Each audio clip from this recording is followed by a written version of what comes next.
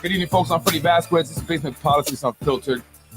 My apologies for coming on late. Anthony DiMaggio will be joining me here in a few. We'll be talking about the CJ Hackett incident. He's going to give us a perspective from a police officer's point of view, from his experience, his knowledge. Just kind of go over it, and he's going to discuss. If you have any questions, put them up in the comment. And I'll try to get to them as we do the podcast here. But again, I apologize for coming on later than I anticipated. However, I have businesses in the property insurance. I deal with fires primarily. And so fires happen at all times of the day, at night. And so I had a client, just had a fire, had a lot of questions. And, when someone's going through something like that, it's, very important that you give them the time and that you make sure that you're there for them. And, you show that, I'm here, going to be here all the way with you.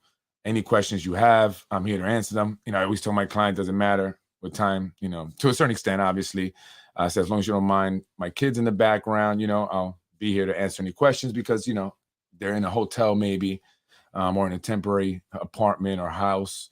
And their head is just filled with, all this stuff that just happened to them, their home, their belongings, and they don't know what's going to happen. Many times it's their first experience with it. So, I want to be sure that I answered all the questions fully, get them into a hotel. We put them in a hotel, and then at night we'll take care of everything. So, so I apologize, but that's what I had to do. Take care of that, have to pay the bills here. But anyway, folks, tonight I'll be having Anthony DiMaggio should be joining me. He said he was making some coffee. Running a little late, so he needs a little energy. But we're going to be discussing the death of 16-year-old CJ Hackett.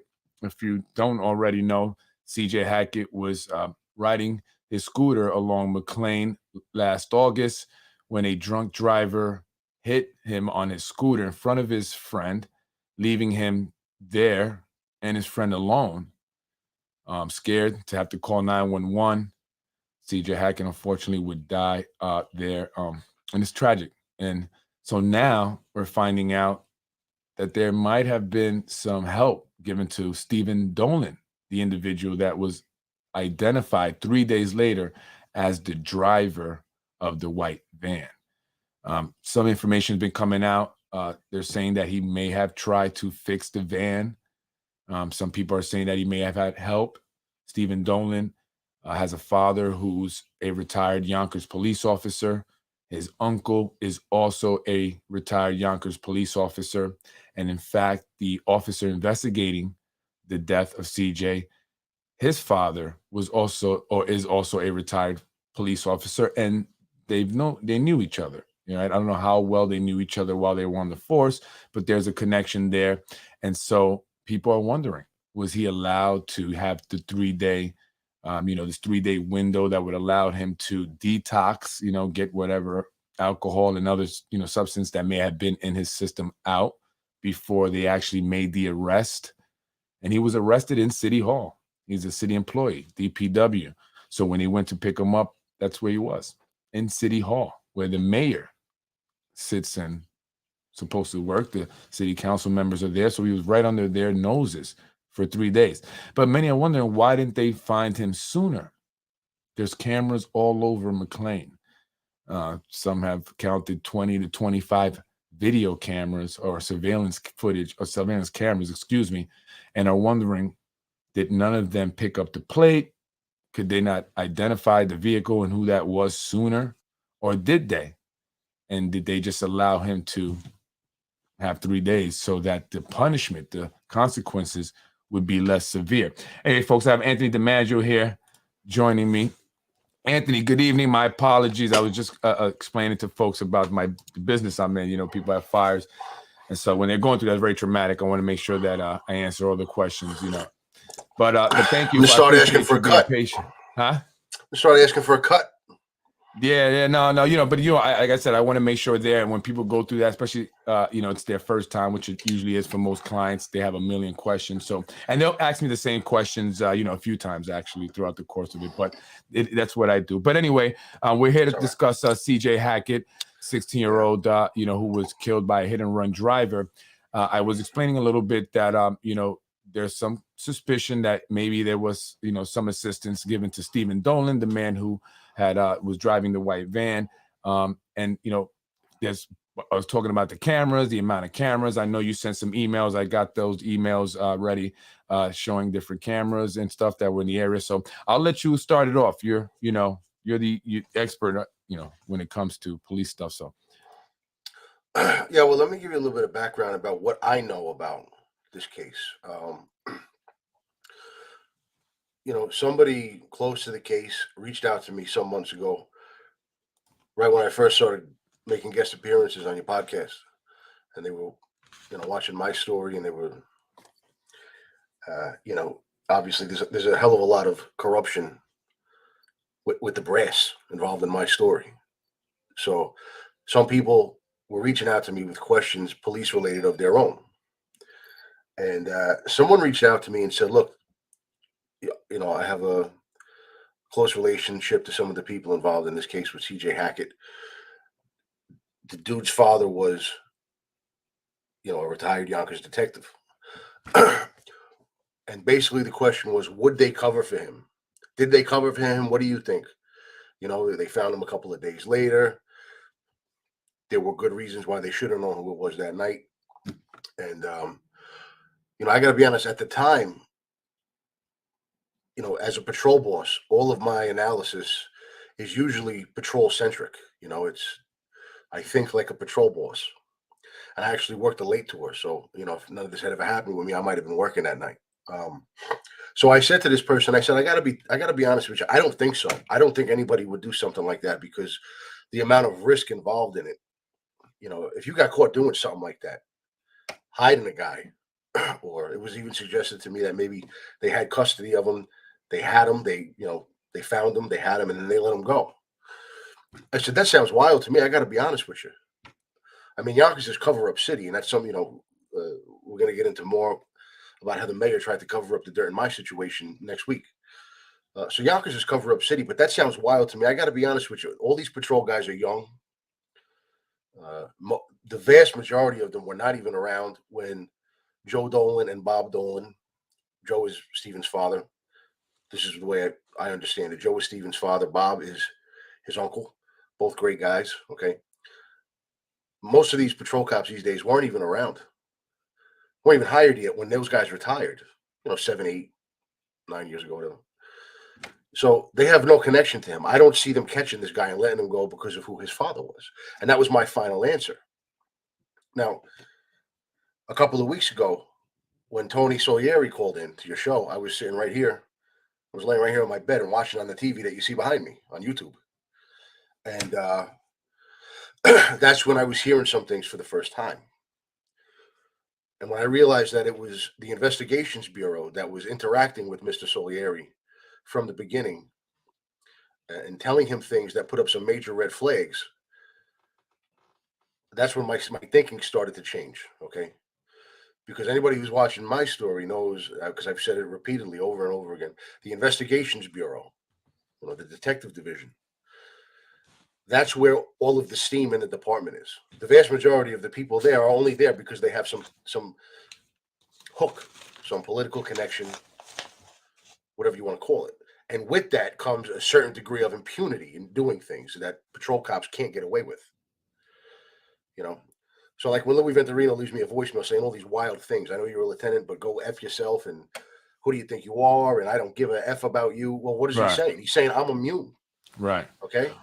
Right. Now, I don't want to make it about myself, but I'm just giving you an example. Right. When you move over to the Investigations Bureau, you're dealing with a whole different, almost like another department. Right. So are you saying that are you saying that you don't believe that, he could have been, caught that night and then allowed to leave? I still think that's wild. The idea that they caught him and had custody of him and then let him drive away drunk, knowing that he just hit a 16-year-old kid. Right. Or maybe, I don't know, like, what did they do? Did they hide him himself? I don't think that happened. I think if there was something going wrong, if there was some sort of a cover up, I'll explain to you what it would look like. I'll explain to you and how I think it would happen based on things that I've heard over the last couple of weeks on your podcast and from some people that I've been talking to. But you do believe there might be a cover up or something, it's not kosher here. I think there absolutely could be. I'm not saying for sure that there is. I have no way to know that there is, but there are some things that have been said to Tony Solieri and to some other people close to the case that to me are just wild, and I'll tell you why. Such as? Well, let's get into it. I kind of have it planned out in my head the way Okay. I'd like to get into it. So let's get into it. I think the first thing we should do. See, I put a lot of things together for tonight's podcast, but I didn't have time to put together some slides I wanted to put together showing the statutes, the laws applicable to this case, things like DWI and vehicular manslaughter. But what you can do, if you can, you can go to the internet and Google what I tell you to Google, and we could pull up those statutes and look at them. And then what I say after that should make a lot more sense to people that are watching who aren't familiar with the law and how it works in DWI, things like that. Right. You want to do that? Yeah. Well, let's really quick though. I want to talk a little bit about Okay. What have you been hearing? I mean, I know you hear, you have sources, you have people that communicate with you. What have you been hearing about this, about this case here, this investigation? Well, a lot of what I've heard has come in the last couple of weeks because of that podcast that you did where Tony Solieri called in. Now, I made a couple of comments that seemed to hit some nerves down to the detective division. And, in my opinion, the YPD brass is corrupt. The higher you go, the more corrupt it gets, and particularly in the Investigations Bureau. Now, that's not a personal shot at Pat McCormick. I personally like Pat. He's certainly no John Mueller. There's no doubt about that. That guy's only one of a kind. Right. But to even get a position like that, you have to be steamed up with the Spinal Crime family. I mean, you have to be a person who's at least willing to do something unscrupulous from time to time in situations where it needs to be or where you feel it needs to be. You know what I mean? Do you think that it's possible? I mean, is it possible? I guess it is. Anything's possible, but for them to have taken 3 days to locate him. I mean, right. There's cameras, there was the incident at Duels, and they caught the guy right away. I mean, They caught him that night, right? And so do you think it's really possible? I mean, the guy wasn't going too far. It's not like he was from out of Yonkers. He wasn't driving a car at that time anyway that you're going to see all, it was a van, a white van, not like you see Hondas or Honda Civic or whatever all over the place. So, I mean, there are big problems with the way things played out over these 3 days, at least as they've been told to me. If things happened the way I was told happened, there are some big problems. And what's that? What do you mean by the way you were told it was happening? So let me explain to you why, if there was a cover up, what it would look like and the reason that it would be done. Okay. All right. When you get a call like that and you show up to the scene and there's somebody down, it doesn't have to be a 16-year-old. It could be anybody. All right.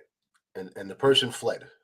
Okay. At that time of night, there's a good chance you're dealing with someone who was drunk and fled and didn't want to face the music. So why is it so critical to that person that they hide? All right.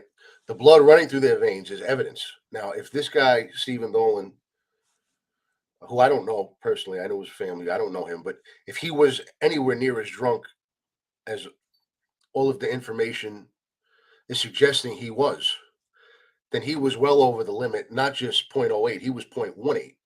Okay. And if in a couple of minutes we're going to take a look at the statutes, the penal law statutes, you'll see that the difference between being just intoxicated 0.08 and 0.18, that's it. One's a D felony, which is apparently he was charged with, vehicular manslaughter in the second degree, punishable by up to 7 years in prison. Vehicular manslaughter in the first degree is a C felony, punishable by up to 15 years in prison. So that's 8 more years. Right. Just because of the blood alcohol content. Just because it was so high. If he was on video doing 17 shots, I'm going to tell you he was almost certainly above a 0.18. Yeah. Okay.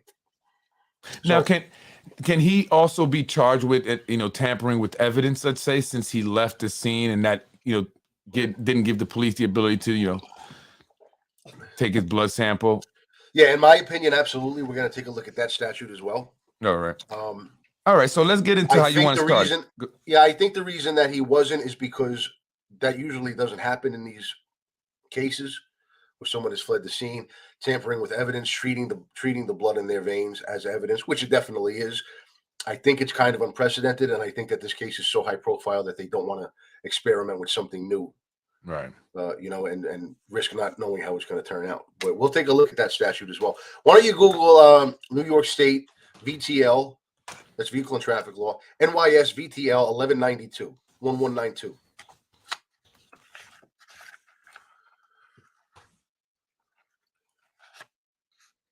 All right. And let me see if I get it up here. Well, go ahead and ask New York Consolidation 192, right? You said 1192. I got it. Okay. All right. I'll bring that up here. That is operating a motor vehicle while under the influence of alcohol and drugs, Section 112. Let me put it up.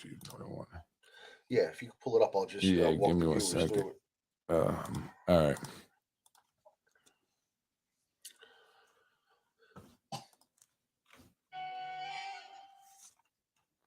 Can you go to the YPD crime website? It's better. YPD crime website? Yeah.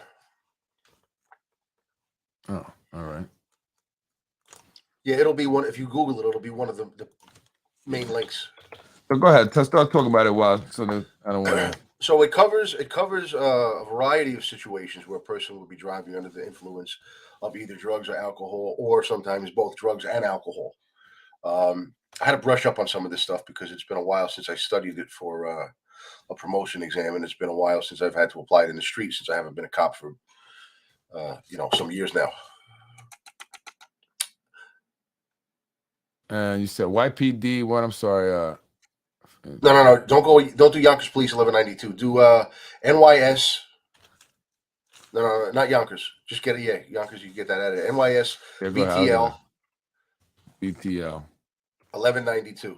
That's what I did, but you want a Yonkers, right? You want something Yonkers? Yeah, it'll be a Yonkers website that pops up. Yeah, it didn't pop up that time. Let me just tell me out. Yeah, it's the top one. Right. Yeah. Yep, oh wait, but why is that? What is that? Drug offenses, vehicle traffic, Article 31, driving while impaired. Maybe that was it. All right. Yeah. Okay, right. Good. So now that top one there, 1192. Yeah. Yeah. Scroll up a little bit.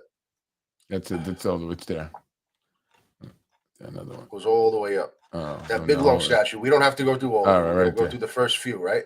Okay. The first one, driving while ability impaired. That's the percentage of your BAC has to be somewhere between like 0.05 and 0.07 in order for you to qualify for driving while ability impaired. Is not quite as serious as driving while intoxicated, which is anything over 0.08. Okay. Now, if you go right down to number 3 right there. By the way, when you have highlighted, that's aggravated DWI. And if you look in there, it says no person shall operate a motor vehicle while such person has 0.18 of 1% or more by weight of alcohol in such person's blood. So that's aggravated. That means you're loaded. You're not just over 0.08, which is the legal limit. You're over 0.18. Right. You're more than double that. Okay. Now, for some reason that I never really understood, it's still just an A misdemeanor. DWI is a misdemeanor. If you go down to number 3, that's what they're using against him. Driving while intoxicated. No person shall operate a motor vehicle while in an intoxicated condition. And this is what they call DWI observation. The cop has observed you to be in an intoxicated state by his own judgment and training. Okay. So there was no blood taken, just an observation. Right. But who observed him though? If they didn't catch him till 3 days later. Right, because what they're going to say is they're going to say that they have him on tape doing all these shots, and that's enough to qualify as an observation. And it is. You see, when you arrest somebody under subsection 3 here, as a cop, you have to go back to the precinct and you have to fill out a deposition that's it's a form that has a bunch of blanks in it, and you have to just fill them in, basically to the effect of what his eyes looked like, was his speech slurred like mine just was, a bunch of other things.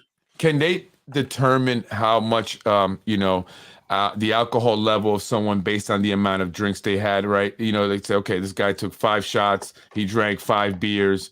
You know, that would probably give him, you know, roughly about this. You can speculate all day, but if you don't have a blood alcohol content Right. test, then you can't prove it. Well, I'm And just saying maybe they've done that's a these big tests where factor. they measure what, you know, your alcohol level would be, you know, per shot. You know what I mean? If you take a shot, measure it, okay. Well, Take they a sip, know right? scientifically, yeah, Right, right. scientifically, But right? legally, that doesn't fly in court. I got you. I got you. Right.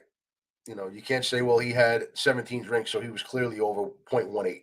So it's a possibility that, you know, I believe, you know, that they may have, you know, got him that night and let him go, right? Maybe if it was some younger guys, say, oh, that's not the guy, they didn't know any better. Now they're like, oh, we're going to stay quiet. Or maybe it was some, you know, older, you know, veteran cops that actually were the ones because they knew from the video who it was. And then they said, let's let this guy go because they didn't want the aggravated, right? That if had he possibly been caught that night, he would have had, you know, 17 shots. You're talking about, you know, that's a lot. If they have 0.1. custody of him, they have to bring him down to the hospital. Right.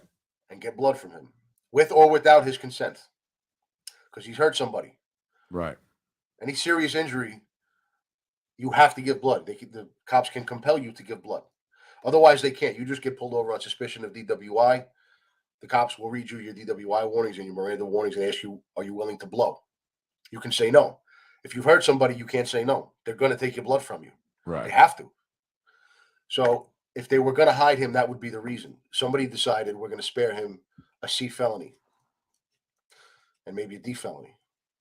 I mean, and I know you think, and I know you said that you know, that's, you know, somebody could get in a lot of trouble, but I think that, you know, that's a risk some people may be willing to take, you know, especially, you know, his loved ones, to keep him from going to jail for 15 years, right? Oh, well, his loved ones have nothing to lose. Right. So, I mean, 15 years, I mean, that's a lot. So they, you know, and then now you have an administration that is known for covering things up. I mean, there've been other things that have been covered up that I have evidence of, you know, so it's not, you know, unheard of, right? It's not, you know, and so I can see it. I mean, you know, I know it's crazy, right? And people thinking about this, wow, that they would do that, but I wouldn't be surprised. I just wouldn't be surprised, you know, it's just me. Yeah. So here's what it would look like. See, apparently I hit some nerves with some of the comments that I made.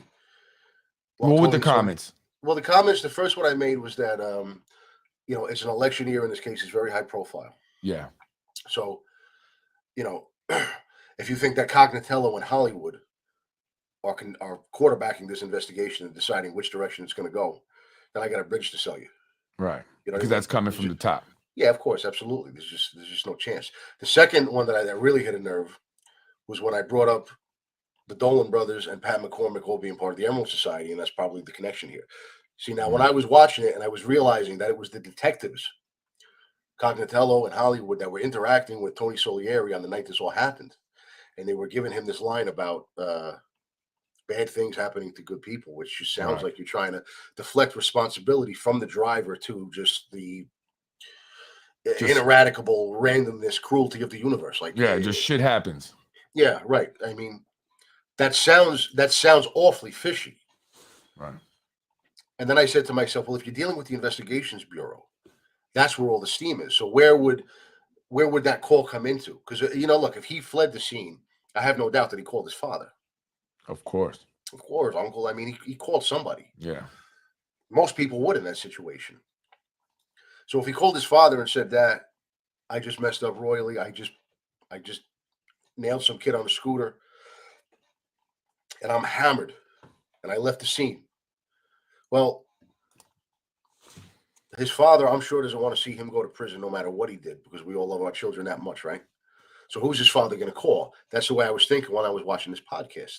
And when you do the analysis, you realize you want to go for something like that. You want to go as high as you possibly can, where you're certain that the person you call is going to be on board with you.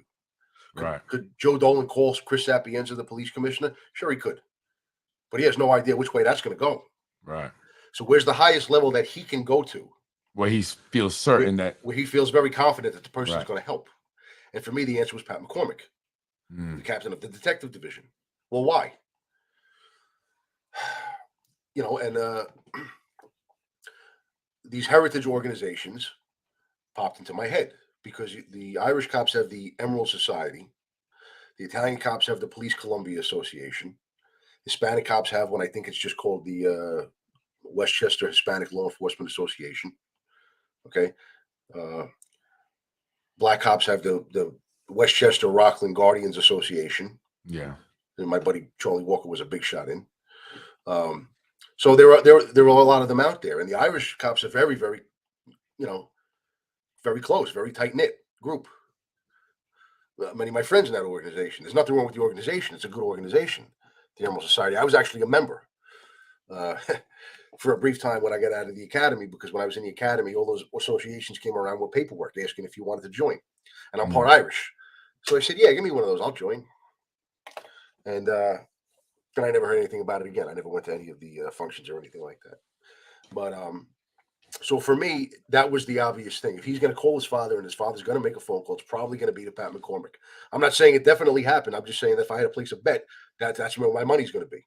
And Pat McCormick is the one that actually found the car, from what I'm hearing, right? Yeah, and when I heard that, I almost fell out of my chair, because that's so now what I'm hearing, what you're hearing, when I'm hearing what you're saying, I should say, and that's who he would call, and then he found the car. So yeah, that's right. Making me fall out of my chair. Yeah, and when other cops who also watch the podcast, when I discuss it with them, some retired, some active, I mean, they're rolling their eyes at that. Like, when does the captain of the detective division find a suspect vehicle, in a high profile vehicular homicide? How would normally it would be the detectives investigating? Yeah, I mean, it would be people who were either out there looking for it, or people who were with all the members of the department. Everybody's got a description of the vehicle. What are the odds that the one guy who was probably the top candidate to get that phone call is the guy who just happens upon it 3 days later? When the guys had just enough time basically to sober up. It's too fishy, man. Right. And when you look at some of the other stuff that we're going to talk about, there are big questions to be asked. You know what I mean? And what about phone records? I mean, that would, tell you. I mean, well, yeah, I mean, that's where you'd have to start. Right. But these are cops. They might have been smart enough to use other phones and that maybe people don't even know about. Might even be, smart. You'd have to check house phone records and work phone records, and you might want to check every phone call that came through the appropriate cell phone towers, the relay stations, during that time frame. And then that also Tony mentioned that when he went down to speak with his son at the detectives division or whatever, he heard a call come through the radio that they had caught someone. What do you think about that? Well, I also heard the reason that was given as to why that was not connected. And, I don't know. I mean, it could have been more than one incident going on the radio at the same time. And if they were talking about, they caught somebody else they were looking for in a different case, in a different incident that had happened, I mean, that's it's perfectly possible. But I don't know. I mean, there's really no way for me to know that. There's nobody else who I've spoken to that has any information that could lead me in one direction or another as far as that. I mean, I got to tell you, I really think it would be wild if they had him and let him go to sober up. I mean, to me, that's just, it's a crime. Well, I mean, let's say some cops pulled up, they got him, then another cop comes. I'm not saying it was Pat or whatever, but someone with his steam, as you say, pulls up to the scene and says, "All right, guys, we got this from here. Go back to your patrol, and go do what you were doing," and then boom. Yeah, I mean, it could be something like that. I don't want to speculate, but I'm just. What are you going to do with his car? I mean, that's very, very, very risky. Yeah. Just finding out who it is and delaying the investigation, deciding that you're going to catch him a couple of days later after he's had time to sober up, that's very, very easy to do. Very, very easy to do. And it's almost impossible to prove that that's what you did on purpose. Right. But if you actually had the guy and then you let him go. If you get caught doing that, you're going to do prison time, I imagine. I mean, that's extremely risky. I really want to believe that nothing like that happened. I'm going to give them the benefit of the doubt and say that nothing like that happened. What I think is that if there was some sort of a cover up, it took the form of someone high ranking getting in, having a conversation with someone in his family. And then the immediate understanding is going to be, okay, he's going to sober up and we're going to grab him in a couple of days. That's it. That's what it's going to look like. And that's very difficult to prove, obviously. But there are things that I don't understand that apparently happened that we'll talk about. So, do you want to pull up NYS penal law instead of V&T? We'll go to penal law, PENAL law, and we'll take a look at the vehicular manslaughter statutes. Give me 1 second.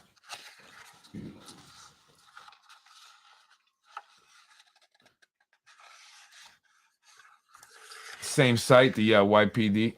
Yeah. All right.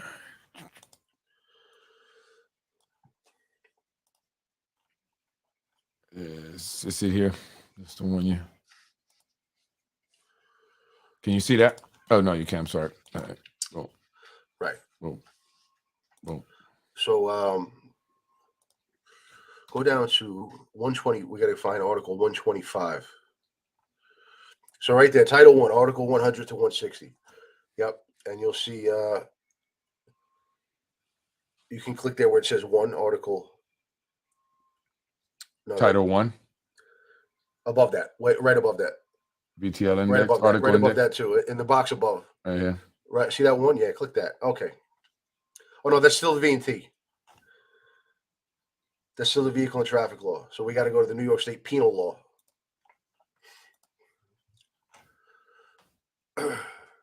That's not it. Yeah. You're probably gonna have to Google it. All right. Google it new. Penal law. All right. I thought I pulled it up here. Leaving the scene of an accident. So what is it here, the penal law? Tell me a little bit about it while I'm trying to find it here, because I don't really. Yeah, the penal law is the law that lays out all criminal behavior. And for whatever reason, the vehicular manslaughter, the vehicular assault stuff is in the penal law rather than the vehicle and traffic law. Article 125 of the New York State penal law.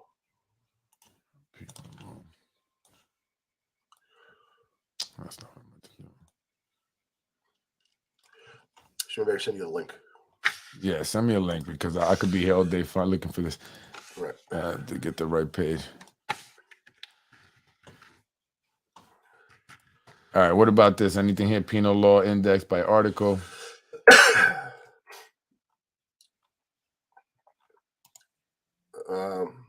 No way you can pull up what I have on my screen, right? No. I'm going to send it to you right now.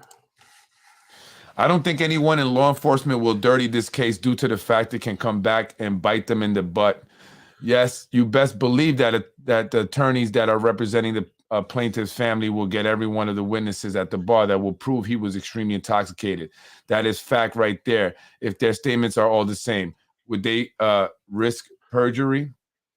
Don't think so. You will also have mothers against drunk drivers and their attorneys. Not looking good for the defendant. Well, that's why I don't think there'll even be an investigation, to be honest with you. All right, so what's the website you're on? All right, I just sent you the link. Yeah.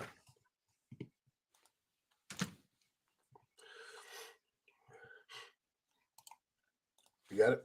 No, not yet. Let's go.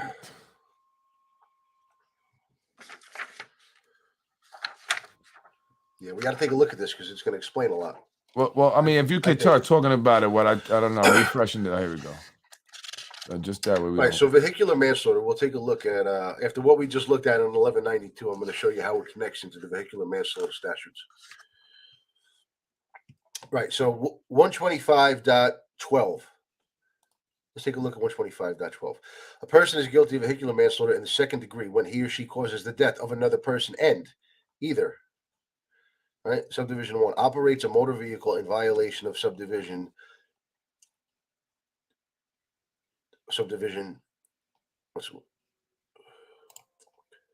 operates a motor vehicle in violation of subdivision 2, 3, 4, or 4A of section 1192 of the vehicle and traffic law, which is what we just looked at. Right. All right, or a boat. And as a result of such intoxication or impairment by the use of a drug or by the combined influence of drugs or of alcohol and any drugs, operates such motor vehicle, vessel, or public vessel in a manner that causes the death of such other person. Now, in the penal law, there's what we call a presumption that if you were driving intoxicated, then guess what? If you got into an accident and hurt somebody, we don't even want to know what happened. If you were drunk, there's a presumption that you caused that accident because you were drunk. All right. Now, it's not that's ironclad. what I'm sorry, but that's what I assume. I just assume that anyway, right? I don't see how there's there's this 2.5 to 7 years, or this, or if you do a D class or C class. I mean, he was drunk. That's it. You made the conscious decision to get into a vehicle after drinking, and from what the camera shows, 17 drinks. I mean, that's the same as pretty much picking up a gun and decide, hey, I'm going to pull a trigger in a crowd of people. I didn't mean to kill anyone. But when we look at these statutes, what we're gonna realize is the value in denying the prosecution a sample of his blood. All right. All right. Stick with me. No. Now, where it says 2 there, it gets into operating a motor vehicle with flammable liquids and hazardous materials. That doesn't apply to this situation. Right. We're looking at number 1. So, all right. Okay. And this is where it says operates a motor vehicle in violation of subdivision 2 or 3, which is the one that they're charging him with. They're charging him with DWI subdivision 3, just basically observation. We saw you on video taking all these shots. You had to be intoxicated. You were intoxicated. Right. We don't know how intoxicated because we didn't get the blood alcohol content. But based on subdivision 3, DWI observation, we're charging you with that. And because you killed somebody, vehicular manslaughter in the 2nd degree, subdivision 1 applies. So we're charging you with that. Now, if you scroll down, you'll see it says vehicular manslaughter in the 2nd degree is a D felony. All right. See, it says it right there. Now go up a little bit. You went too far. A little more. Up a little more. Right second. I see it right there. See in the green? Yeah. Vehicular manslaughter in the 2nd degree is a D felony. Now, that's what they're charging him with. Why are they not charging him with 1st degree? Well, let's take a look at 1st degree.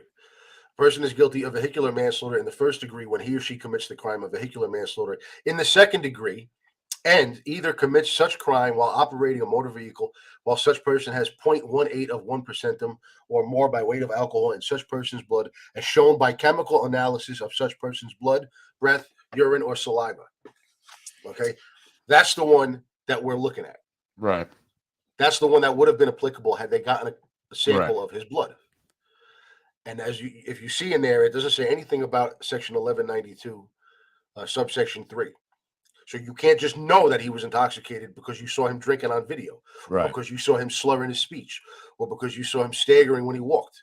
Now, that doesn't apply here. Basically, the difference is, I'm sorry, it's just a matter of being able to take a sample of his blood, right? Absolutely. That's the only difference. Well, the difference is the degree to which you're drunk, but when it's this heavy of a charge, you need a sample.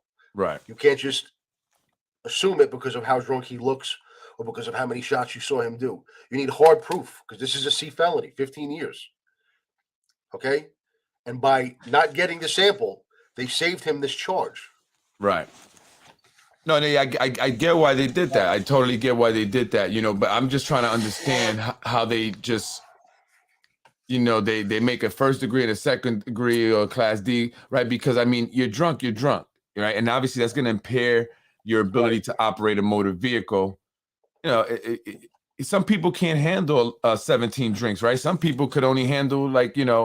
Me, I have a glass or 2 of wine. I'm going to be, right? So that right there should just say, since some people can't drink much, others can take more. If you're drinking and you're getting what I'm saying? Yeah. Well, yeah, I mean, you can argue it should be, all day, but this is what will govern the behavior when it's factual. Yeah, and I get that, because obviously the facts can only be proven by a blood sample, right? That's the only way to make it a fact.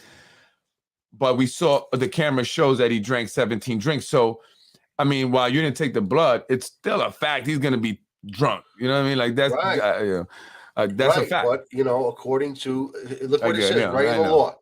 You did I know. second degree, and under subdivision 1 there it says you were 0.18 or more, as shown by a chemical analysis. It's right in the law. You have to have the chemical analysis. Yeah, no, I get it. Right? I understand that, and I see Okay. why they're doing that. I'm just it's just my opinion. I'm just saying it just because now if there were no injuries involved, like there were no deaths, it was just someone who was driving and then they got caught, right? Then I can see that, right? Okay, well, you didn't have as much, so maybe you don't get as much of a punishment. But now there's someone that lost their life. Yeah.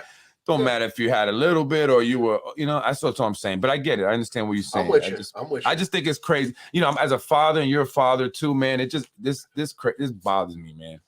It's just crazy. I mean, yeah, but these are the ways that the laws are written, and this is what the higher ups know, and these are the pieces of information that are going to govern their behavior, which way they decide to investigate or omit to investigate in the immediate aftermath of an incident like this. So if you want to scroll down, we'll take a look. Right, we'll take a look at the degree of the charge. You'll see right there in the green. Yeah, first degree. Vehicular manslaughter in the first degree is a C felony. Now, if they had video of him driving down the street, he only went a half mile he left Ireland's 32 on McLean Avenue, and he drove, from what I'm told, he drove westbound on McLean Avenue toward I-87.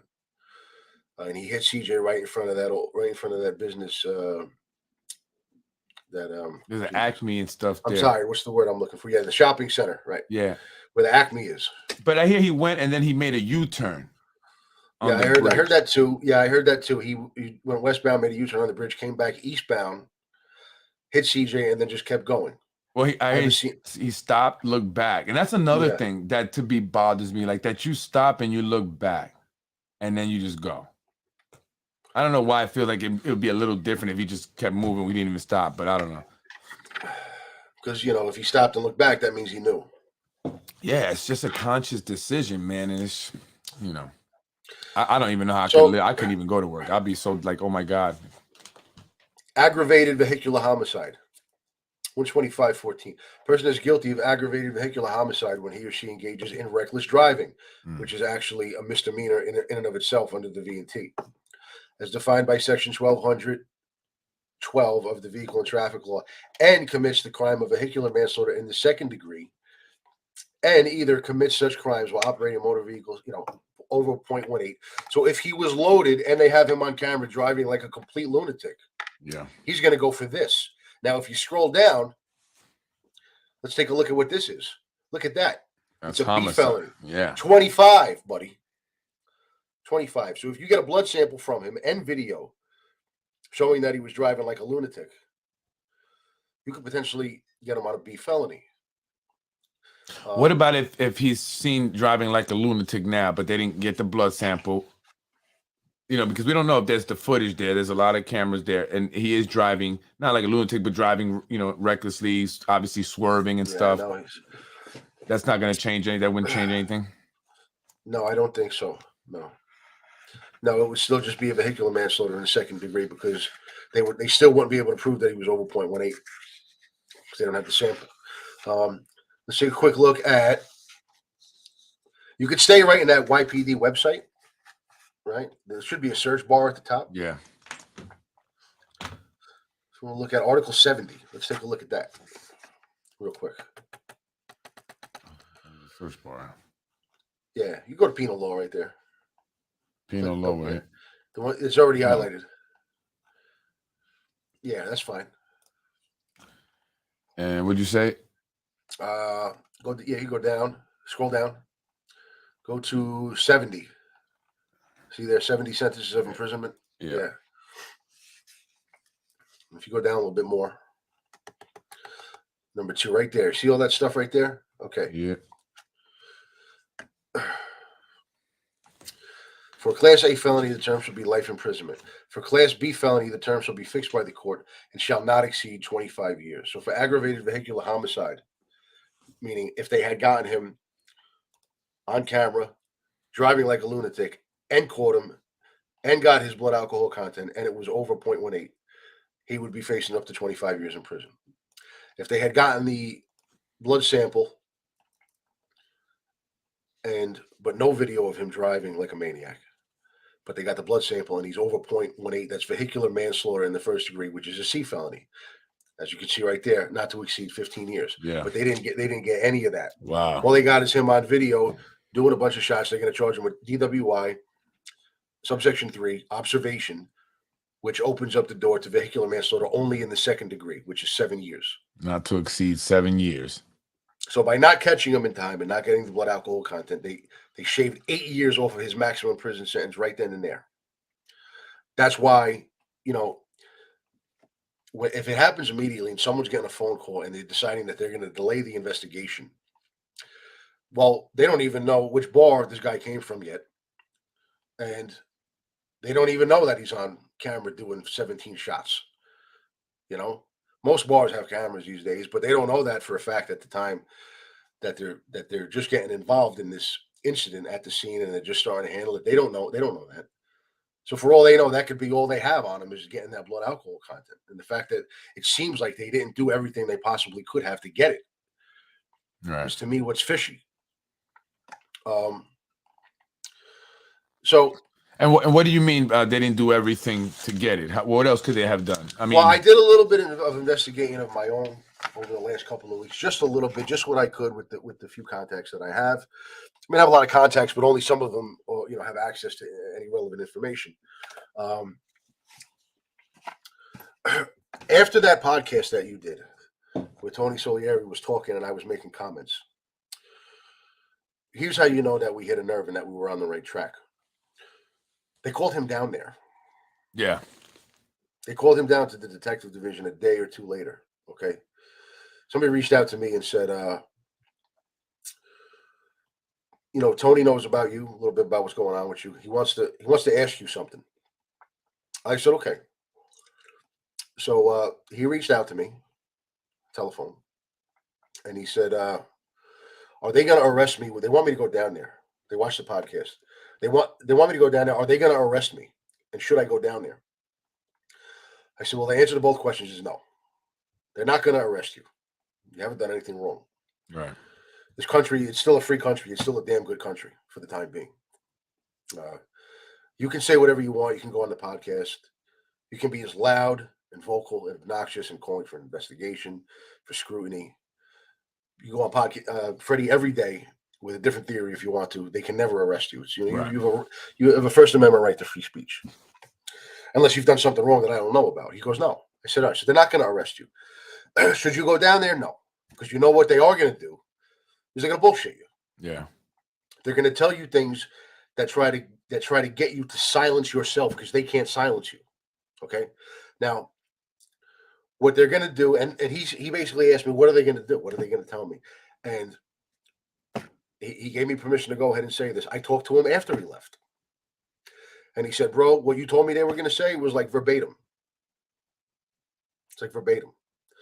I said, what they're going to do is, see, we hit a nerve with that podcast. You were saying some things. I commented. I made a couple of comments. Now, there's an infinite amount of wrong theories, but there's only one right one.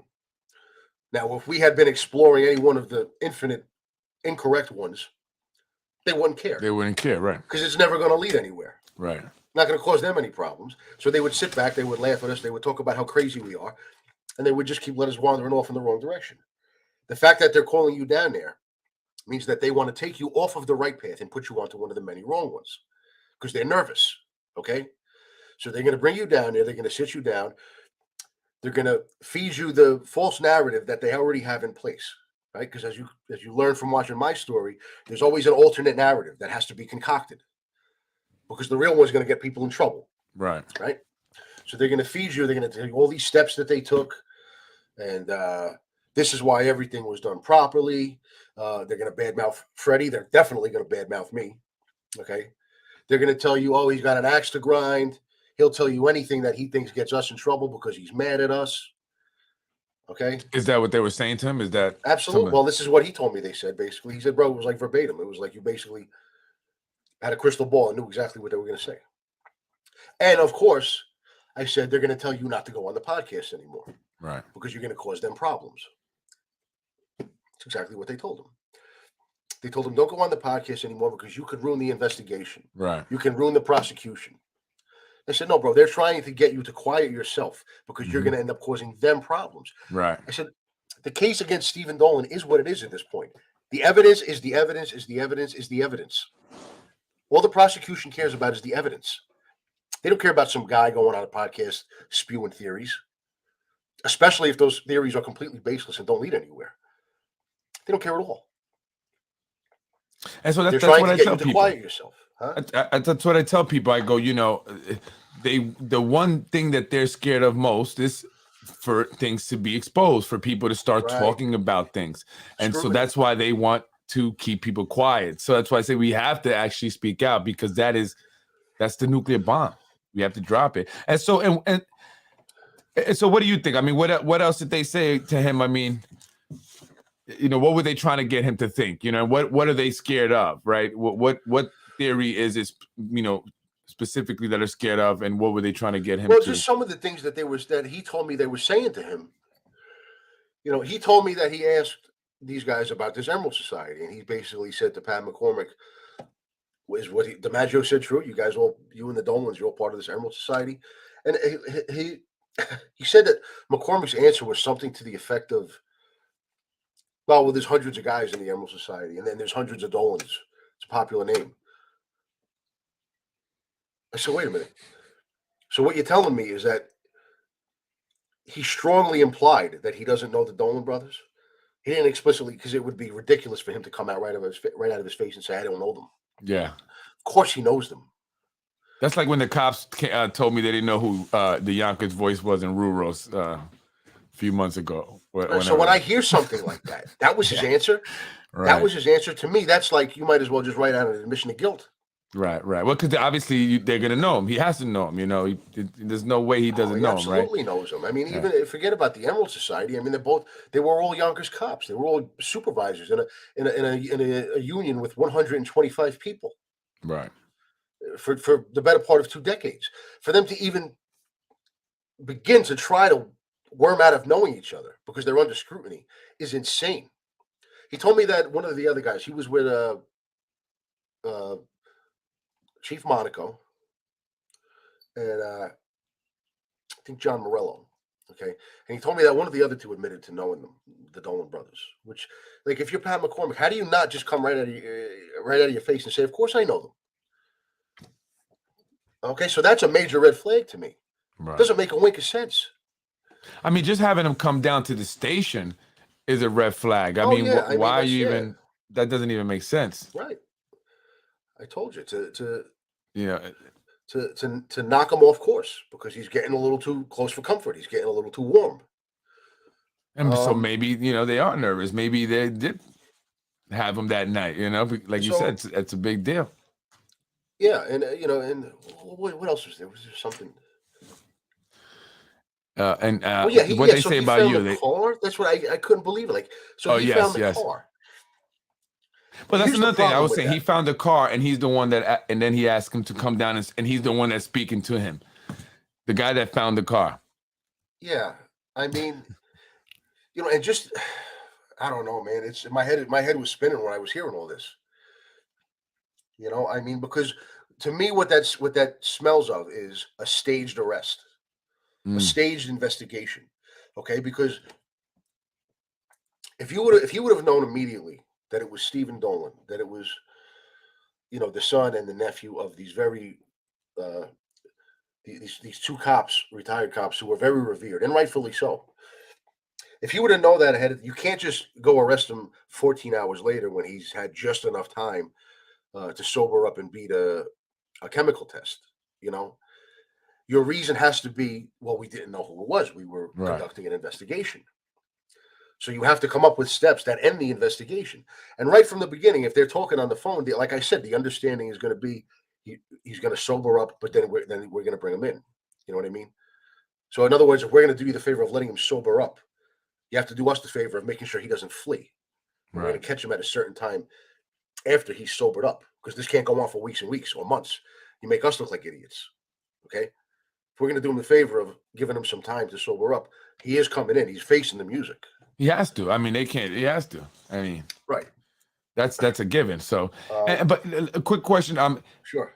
The video footage. I would not a question. What maybe a comment. I would love to see or have the ability to see the footage, all of it, which I don't think I will ever see it. But what does it show? I mean, is there footage that clearly shows who he is?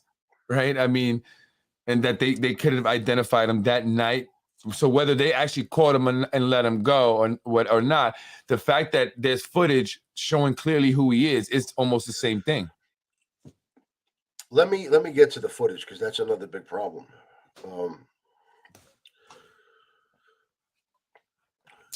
Tony Soleri says, they tried to convince me by coming on. I will ruin the case, and everything I said could be used by the defense and help them beat the charges. Simplest thing I ever heard.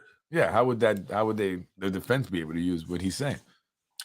Yeah, the defense is not going to go in and argue that you know what, I think my client was probably guilty of a worse charge, but the police helped him out of it. Right. I think my client was caught that night, actually. Yeah. Right. It doesn't make a wink of sense. Right. So what I have, the information that I got was that the report itself mentioned in the most pitiful way possible that surveillance footage was basically looked for, but not found. All right. Let me read to you. So they're saying as of now they don't have any footage. According to they don't have footage that they should have. The report says that they found somebody who had partial footage of the incident. Okay. Showed, I guess, basically. Hold on, I'm reading it right now. You know what? I'm just going to go ahead and read it right to you, right as I have it out of the police report. Should be noted, Christopher was riding an e-scooter in the westbound lane of traffic at the time of this incident. The video footage further showed a dark-colored Chevy van. Something else I heard. It was that the van was dark, not white. Come into frame at approximately 12-18 hours when Christopher would have been struck. So it's implying that there is no footage of the actual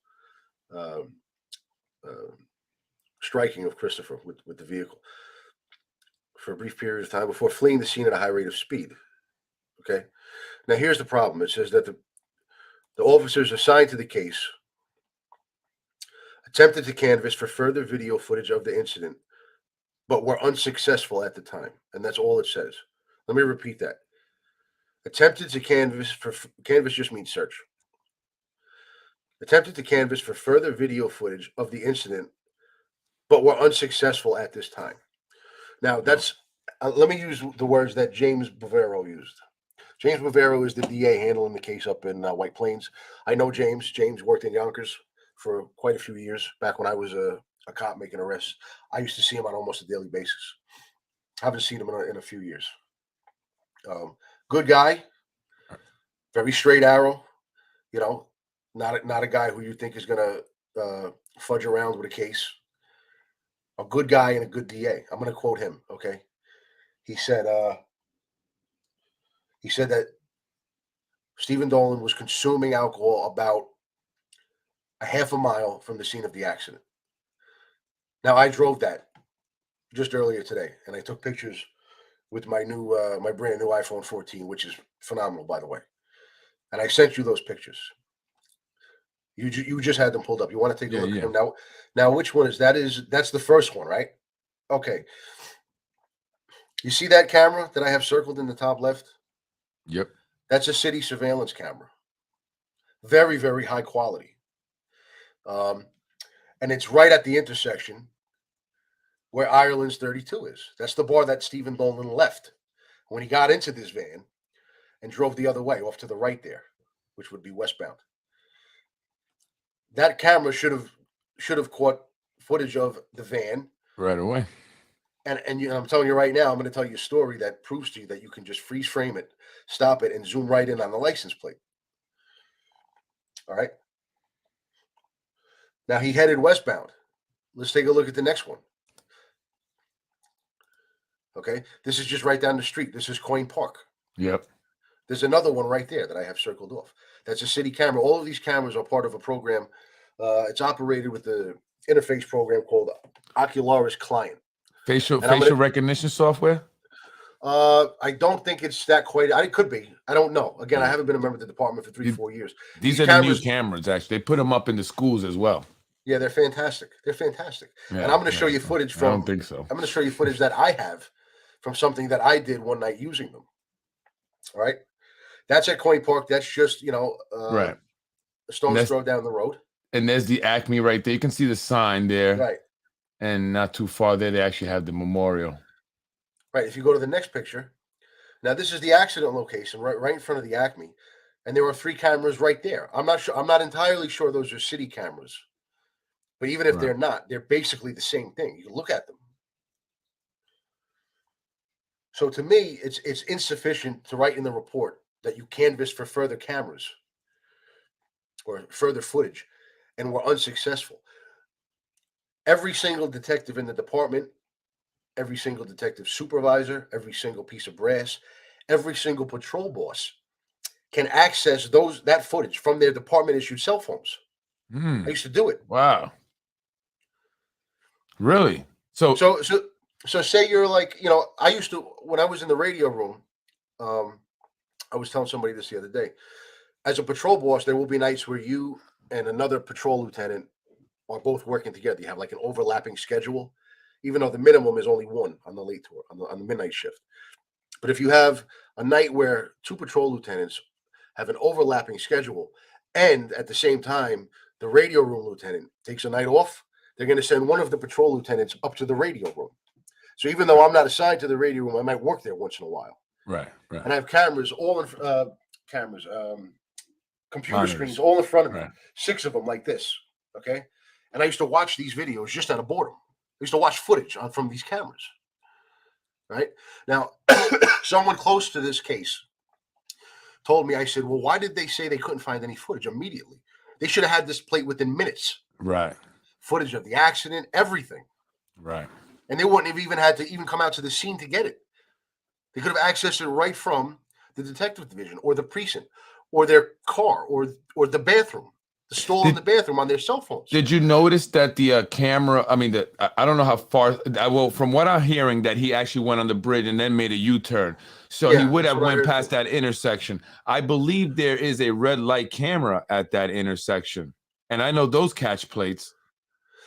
But either way, if he came from that bar, then he drove past all these cameras, either on the way towards hitting CJ or on the way from hitting CJ. Either way. So all you have to do is look a little bit before the accident or a little bit after it. And you're going to see that van. And I'm telling you right now, you're going to be able to pause it and zoom in on that license plate. Absolutely. Right? Now, they have footage, folks. I just want to say that. They have the footage.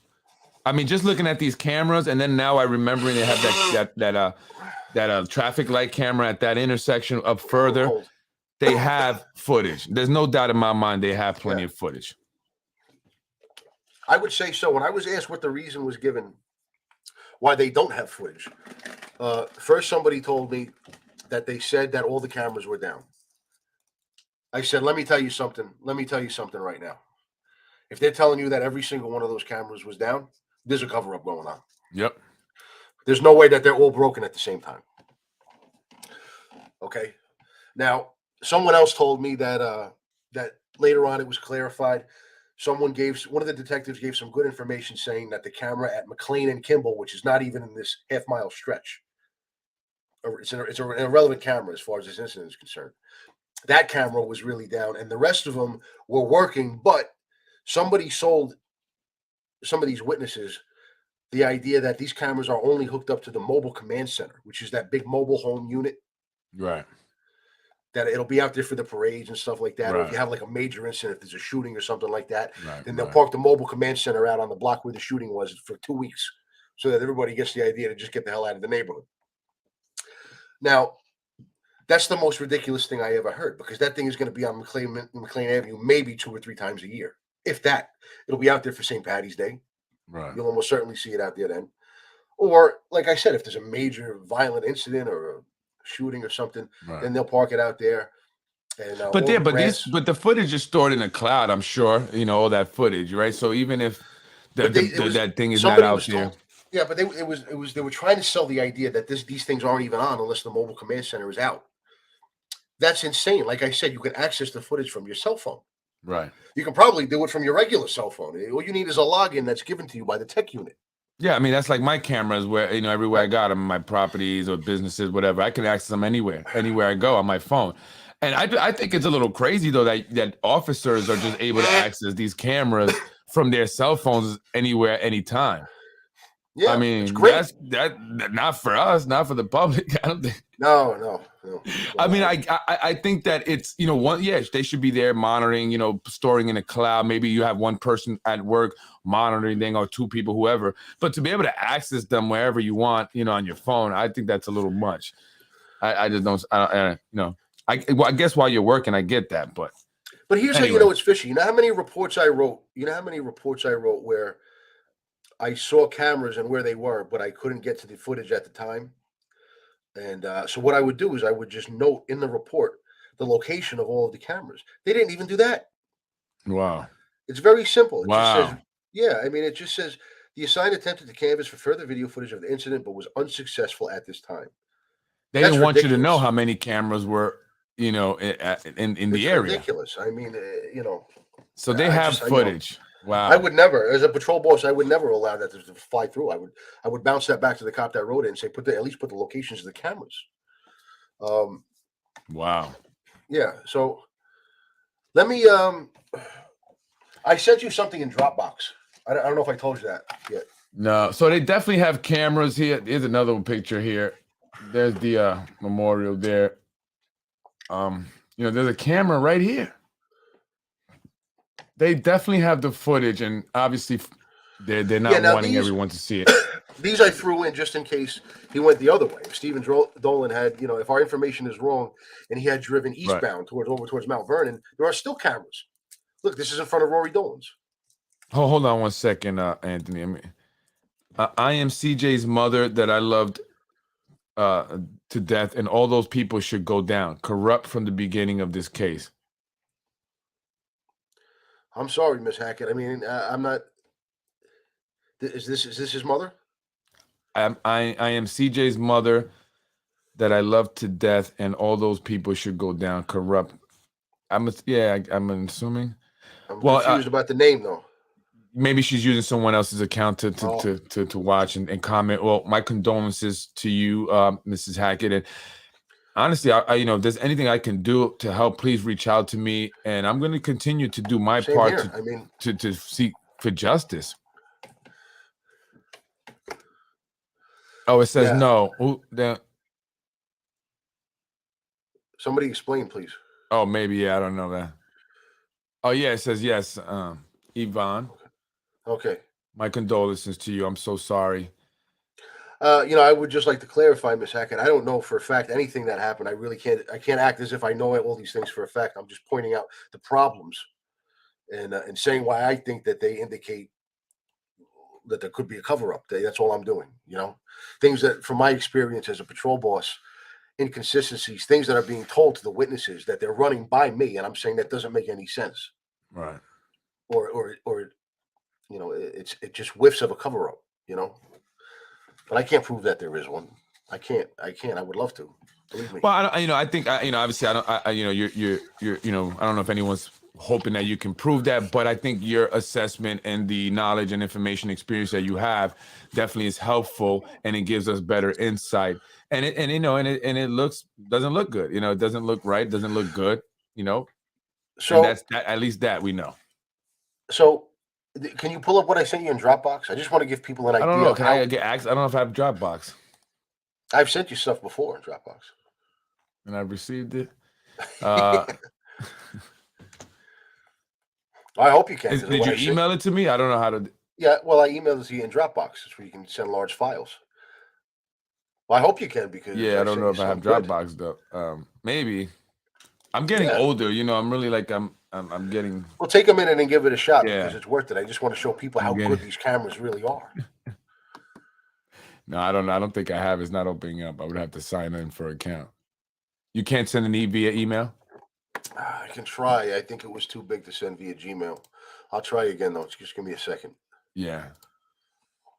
Oh wait, I think I got it here. Hold on. Let me see the You got it? Lawrence Bruce something. Is that what it's Yep, that's it. okay. All right, cool. Yep. Oh, okay. That's the streets. I'm thinking that's a name of two people. Okay. Now, right. Now, let me just give you a background, a little bit of background before you play it. Right. One night, I think it was November 19th, 2019, just before all this hell broke loose with me and Louis Venturino. Hold on 1 second, Anthony. I'm sorry. I just want to just put my son died. I lost the best thing in my life. Lost CJ and I found AJ. And I want people, and I wanted to put this up because I want people to really, feel this. This mother lost her child. She's going to feel this pain for the rest of her life. And they quite possibly, and I'll say it, Anthony, I get where Anthony's coming from, but I'll say it, I believe they did. They allowed this man to sober up so that he would get less consequences, less severe consequences. And the DA says he may get only 2.5 years. And that's horrible. And so I'm just asking that everyone, please call out for justice for CJ.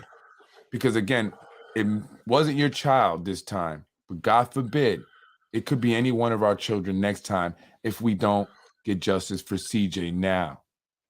So I just wanted to say that, and I'm sorry again, my condolences to you. This just angers me a bit. It just makes me mad. So I'm sorry. Go ahead, Anthony, with the, I'm sorry, Chiba. Okay. So, little background to this video. November 19th, 2019. I was deployed to the radio room. It was one of those situations where the radio room lieutenant had taken off. Right. I was sent up to the radio room to fill in. Now, just out of boredom, I was watching one of these cameras that's placed at the corner of Right, you Lawrence. could definitely see it clear. Yeah, Lawrence Street and Bruce Avenue. Okay, bad neighborhood, a lot of violence, a lot of drugs. Right. And I'm watching this for how to be 20 minutes. Finally, I just said, I tell the dispatcher, I said, I can't watch this anymore. I get on the phone with a guy that I knew.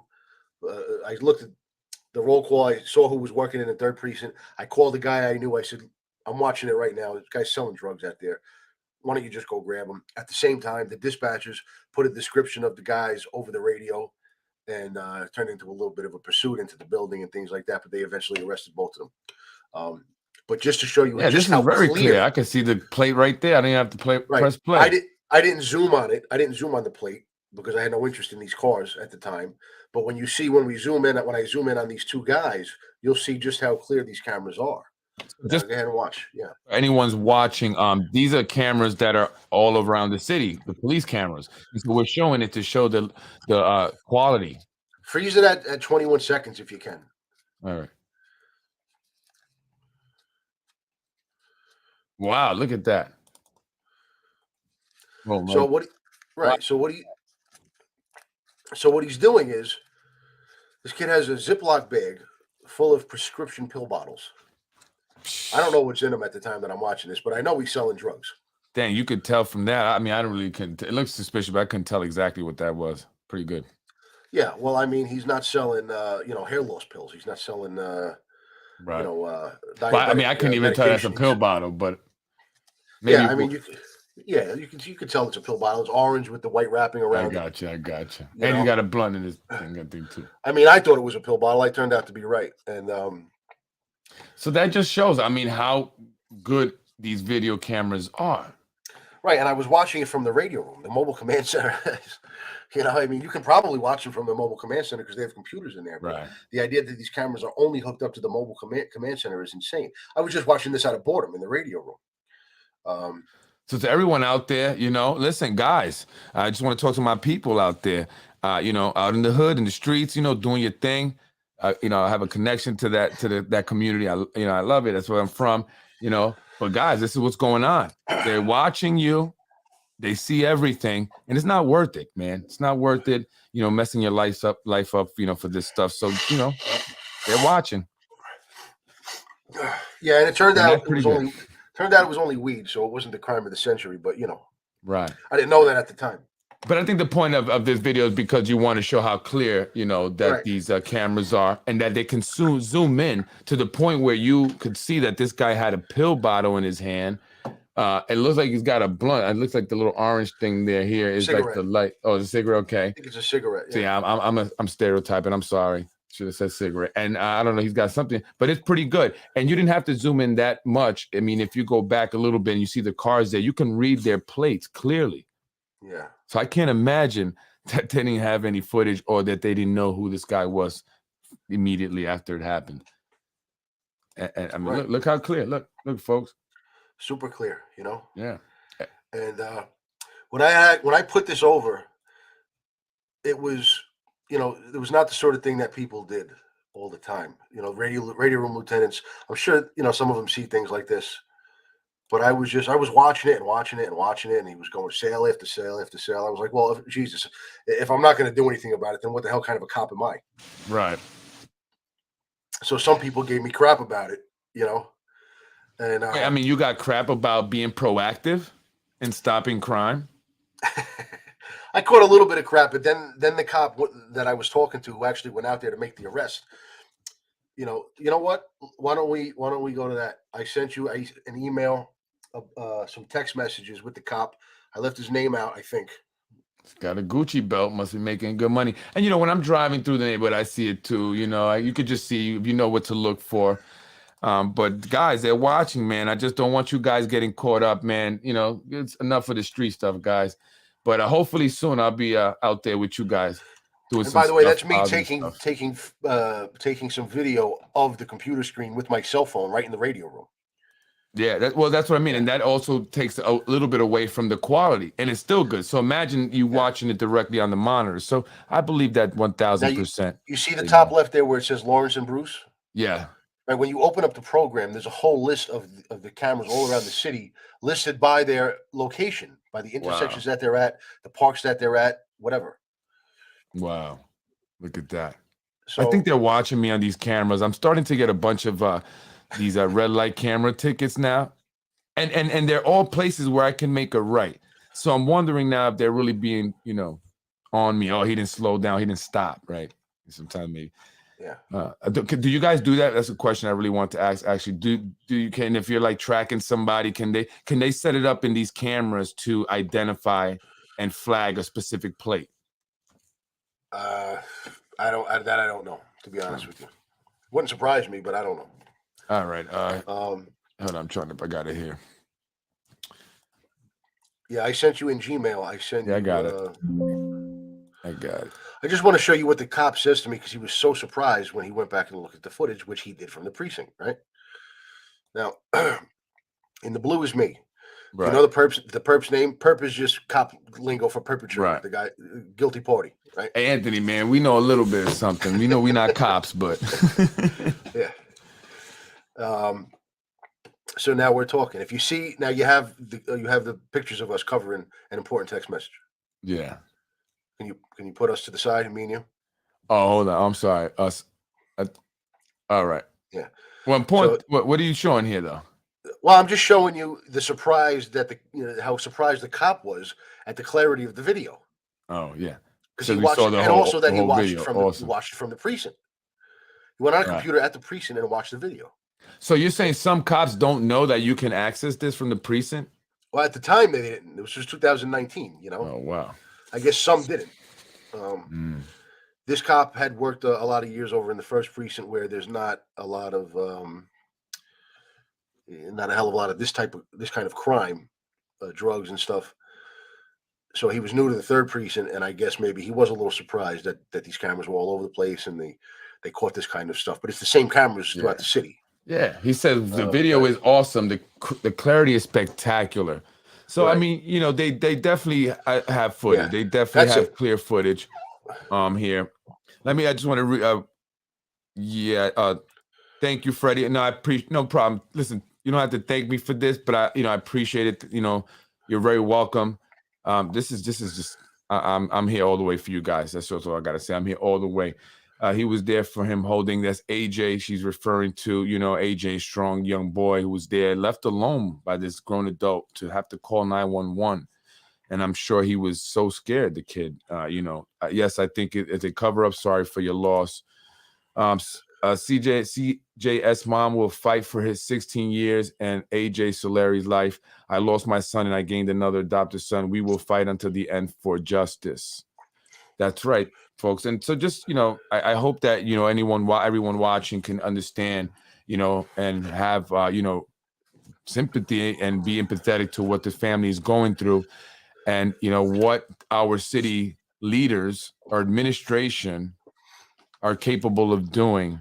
And now they're asking for us to vote for them again this year.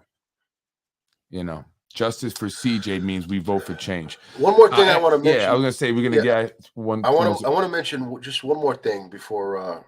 One more thing that Tony Solieri told me they said that I just want to give my view on it. Okay. He said when he asked basically why the investigation took so long, he was given a lot of reasons that sounded nonsensical, but none more nonsensical than this. Okay. He was basically told that the two detectives, Cognatello and Hollywood. Oh, and by the way, the report that I read, it had Cognatello and Bennett at the scene, not Cognatello and Hollywood. Cognatello and Bennett. Bennett is the son-in-law of Mike Breen. Solid guy. But he's going to take his marching orders. Mike Breen, your family members on these reports, these police reports during certain strange incidences is getting a little old, Mike. So what he was told, what Tony Solieri was told was that, the two detectives who were on the case, who apparently weren't looking at cameras when they should have been, and God knows what they were doing all this time. At some point later in the morning or whatever, obviously they got really tired and couldn't function anymore and they had to go home and sleep. So that delayed the investigation. Let me tell you something right now. It's the most ridiculous thing I ever heard. Yeah. The idea that you have a 16-year-old kid dead in the street and you're only going to have two detectives, that happened at 12:15 at night, which is the beginning of the midnight shift. Now, what's going to happen when you have an incident like that is you're going to bring in other detectives to work the midnight shift that weren't scheduled to work the midnight shift. On the midnight shift, you only have 2 or 3 detectives maximum working because it's like a skeleton crew. Right. Okay? They're only there to cover the radio. They're not following up on previous cases. They're just responding to new incidents. When a major incident like that happens right at the beginning of the tour, the first thing you need to start doing is recalling people. Sometimes it'll be people who are lingering around the detective division who just got off at midnight or whatever. And now they'll go back on the clock. Other times you'll call in people who are scheduled to come in for the day shift. You'll call them in early. You'll tell them what's happening. You come in and they come in on overtime. They make it, they make money to come in and investigate this stuff. Now, the two detectives who were working at that time, if it was Cognatello and Bennett or Cognatello and Hollywood or whoever, their night's done. They're going to be on that case from now until they do fall asleep, right? So you're going to have to call in detectives to go back on the radio to handle other things that come over the radio that night. You're also going to want to call in detectives to help them work this homicide because it is a homicide. Homicides don't always include a gun or a knife. One person causes the death of another person. It's a homicide. You have a homicide investigation. So you're going to call in all types of detectives. Then when the day tour detectives come in at 6 o'clock or 7 o'clock, they're going to get in on that investigation right away. Why? Because they know that at some point, Cognatello and whoever he's with are going to have to go home and sleep, and then they're going to have to pick up the investigation from there. Because right now you have someone who just committed a homicide on the loose. You're supposed to be doing everything you possibly can to track him down fast. You can't just take a break because the two detectives working the case are tired and have to go home and sleep. So they're giving these people all of these ridiculous reasons why things were not done the right way, and they're not realizing that they're running them all by me. Right. Which is what they should be doing. They should be looking for a source who's going to give them the right information. That's ridiculous that the investigation, while you have a guy out there on the loose who just mowed down a 16-year-old kid, is going to be put on hold because the two detectives working the case are tired. It doesn't make any sense. I It's a mean, you see lot. that even if you watch TV. I mean, you see that on TV, or just even if reality TV shows about cops. You see them working overtime. I would watch the Miami in the first 48 hours, first 48. That show, cops in Miami. They like we have a homicide. We're gonna be working through the night. They take their strong coffee. They take shots of that and they get to work. So if That's if crazy. the investigation was delayed, it was because it was decided as soon as it was known who the person was. It was decided that the investigation is going to be delayed so he can Yeah, sober up, and we'll 1000%, get him in a couple of days. That's probably what 1000%. happened. I can't prove it. Everything, all the things that are being said to these people, you know, they tell people don't talk to the police because you're going to trip yourself up. It's the police tripping themselves up. It's the brass. Okay, I don't blame any of this even on the detectives because they're going to take their marching orders. You want to find yourself up at the IMA clinic in Hartsdale on your way to losing your job? Go find Stephen Dolan when the brass doesn't want you to find him. Mm. You see what I'm saying? If they want you to take this slow and find him later, and you go find him, you're going to be on the hot seat. Well, I mean, that's what I'm saying. I mean, like you said, that people may have had him. They said we got him, but hey, we got to let him go. We don't want to go to the shrink. How does Captain find vehicle? He knew who to find. He knew who to look for. Yeah, it sure seems like he knew where to look because it was time. He had sobered up, and it was just time to find the vehicle. And that's not something you're going to delegate. Okay, if you're Pat McCormick and someone has told you, like Joe Dolan or whoever, where it's going to be, first of all, it's parked conspicuously on a main street in an industrial area when there's a parking lot there for DPW works to park in. So it just seems like it was staged. I mean, the captain, right, to make it seem like he just saw it right on the street, because if it was in the lot, he wouldn't have been able just to see it. Right. You can't just happen upon it. It's harder to believe that he just drove by and saw it, It is common practice during investigation of a drunk driver once the car is found and you put the van under surveillance for a day. So they said they sat on it and they watched him for a day. Why would they do that? It's not impossible. I mean, it's one of several options, several things you could do to go about making the arrest. You could just start walking into the buildings and asking questions. You could just sit there and watch and see who comes out. But to me, it whiffs of, But once you run the plate and find out who the owner is and go to that person, who knows if they even did that? I don't know. I mean, I don't have those answers. I wish I did. But I mean, just what I'm saying is normally protocol would be to do that, right? Yeah, absolutely. Run over a dog and you're a felon. This guy ran over my son, which was a cone, and left him with his friend holding his hand. Dead. Well, he is being charged with felonies, Miss Hackett. But I just think he what it is. Dodged bigger bullets. Yeah, and it, while he may be charged with a felony and he's being charged according to the law for the facts and evidence that they do have, right? It's just not fair. It just doesn't, it doesn't equate, right? You have a woman now that's going to have this pain for the rest of her life, which is many, many years. And this man that the DA is saying he's probably going to get 2.5, even though he can get 7, he's probably going to get 2.5. Right. I mean, at least give him the max. Let me just give a couple of pieces of advice before we finish up here to people, anybody who has some attachment to this case. Okay. And, you can take this for what it's worth. Don't let anybody tell you to be quiet. Yeah. Okay. Police brass don't like scrutiny. Prosecutors don't like scrutiny. Okay. Mm-hmm. Makes it harder for them to cut corners. Makes it harder for them in general. Okay? Nobody, by talking out about this case, is going to help the defense. It's ridiculous. It's ridiculous. The last thing the defense wants anybody thinking is that Stephen Dolan was actually guilty of much worse things. You know what I mean?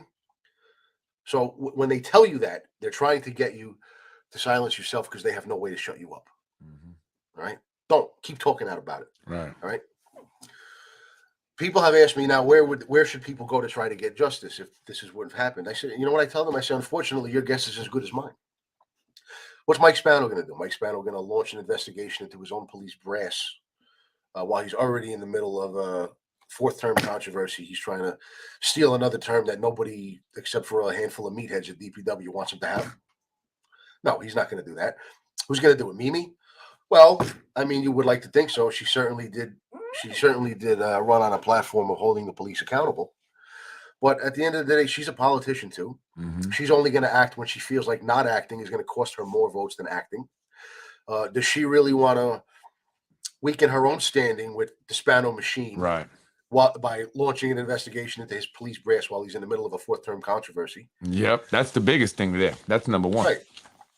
So I adopt my strategy. Just keep being vocal. That's You're going to make enemies. That's going to happen. And by the way, the brass are sending cops out to try to intimidate. Yeah, they are. Being quiet. Yep. I'm not going to go into specifics because I was asked not to. Everybody out there, and I'm not going to go into specifics either. Police are going out, and the brass is probably telling them to go out and intimidate certain people. So they're going out there, going to people's homes and intimidating them. And I believe that they sent some individuals today to intimidate me. And I spotted that. So so people are being intimidated who are talking about this, but guess what? That's because they're scared now. Let's keep them scared. Let's keep talking about it. That's it. What are they gonna do? They can't get us all. Let's keep talking about it and let's end this already, man. It's enough is enough. And you cops out there that are not involved in this, the guys that are good guys out there that are just trying to do their job, do the right thing, you guys gotta, start pushing this out also. Start helping to get this out. It's going to come back and affect you guys negatively, I believe. To the good cops like Anthony. Right. To the cops that they're sending out there, I know they tell you go to this person's house and try to get this information, okay? I understand the position that you're in. Your boss is telling you to do something that's coming down from the higher ups. But understand what you're taking part in. Don't try to intimidate people. Right. And as for the brass, if you want to find out if somebody's talking to me, just ask me. All right? Don't go out there and try to intimidate people. They don't send cops to my house because they know what's going to be said. You know what I mean? They know the kind of answers they're going to get out of me. So they try it with people who don't know any better. Yeah. Civilians, people who don't know what their rights are, who have these questions. Do I have to talk to them? What should I do? And listen, let me tell you something.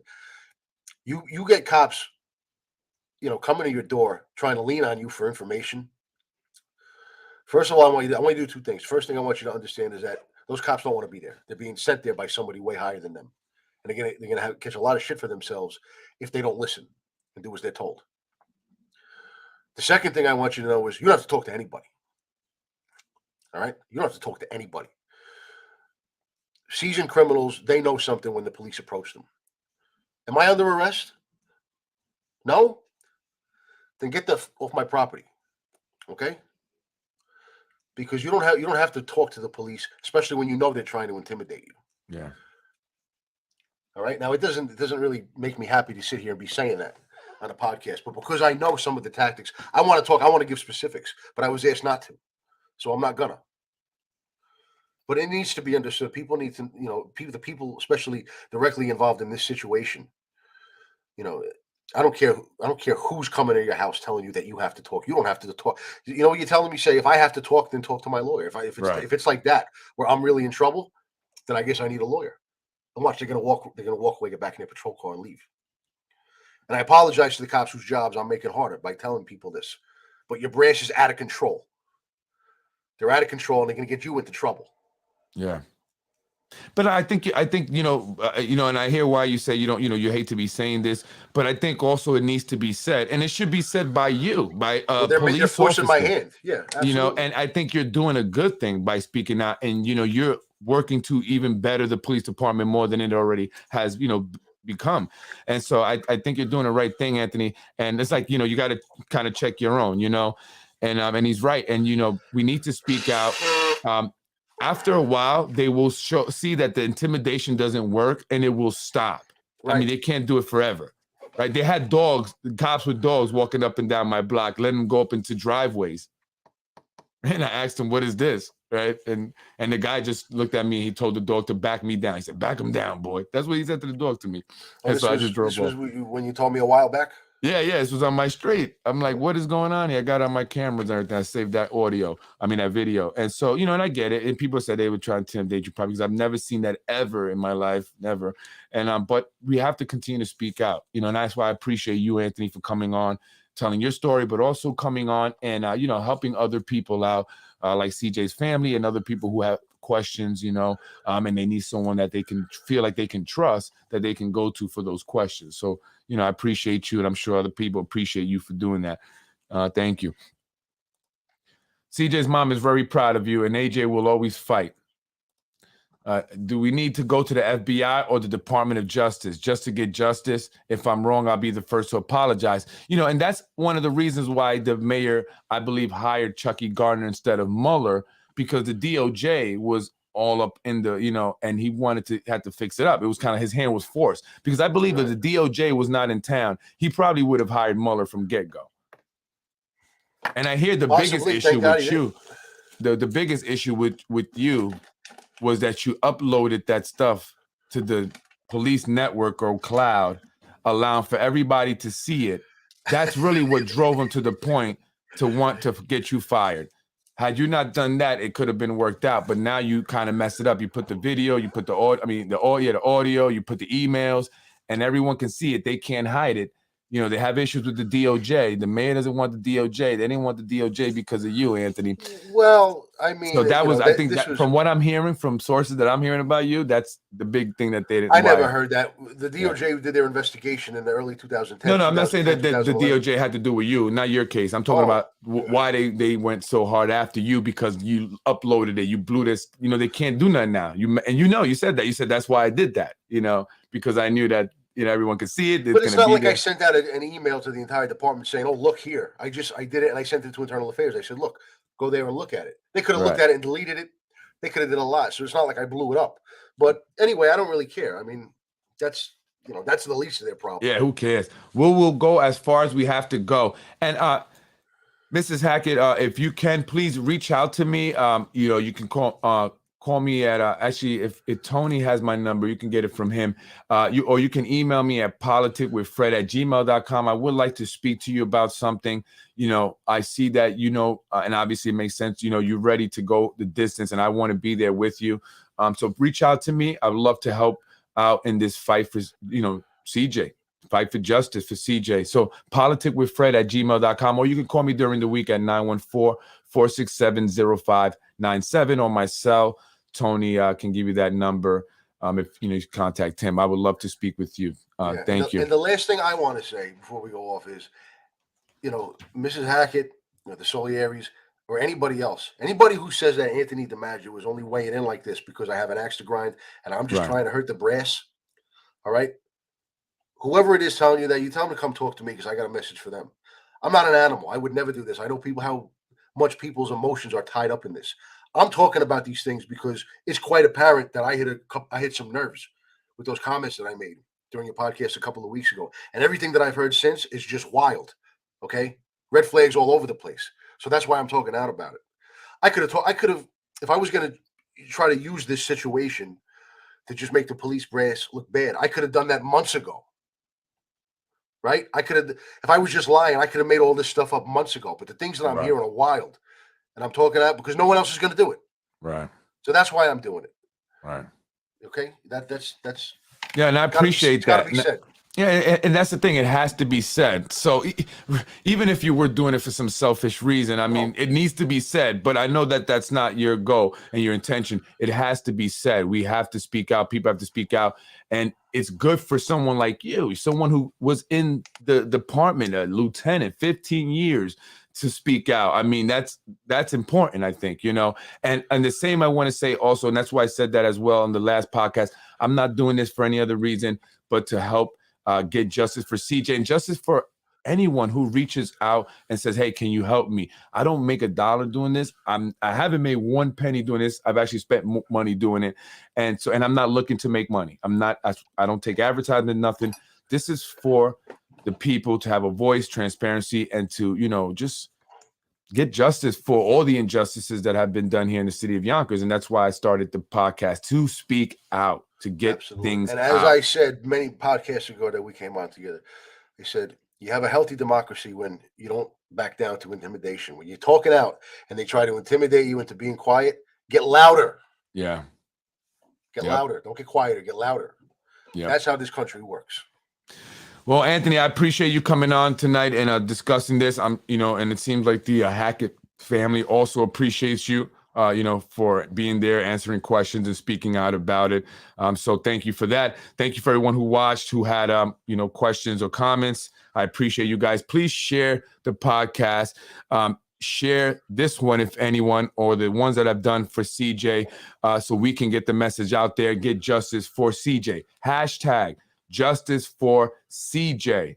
And we need to remember this at the polls. And another thing I want to say too is people say it's not political. Unfortunately, it is political, because the people that are allowing for this to be covered up, if there is one, it's coming from the top, the politicians at the top.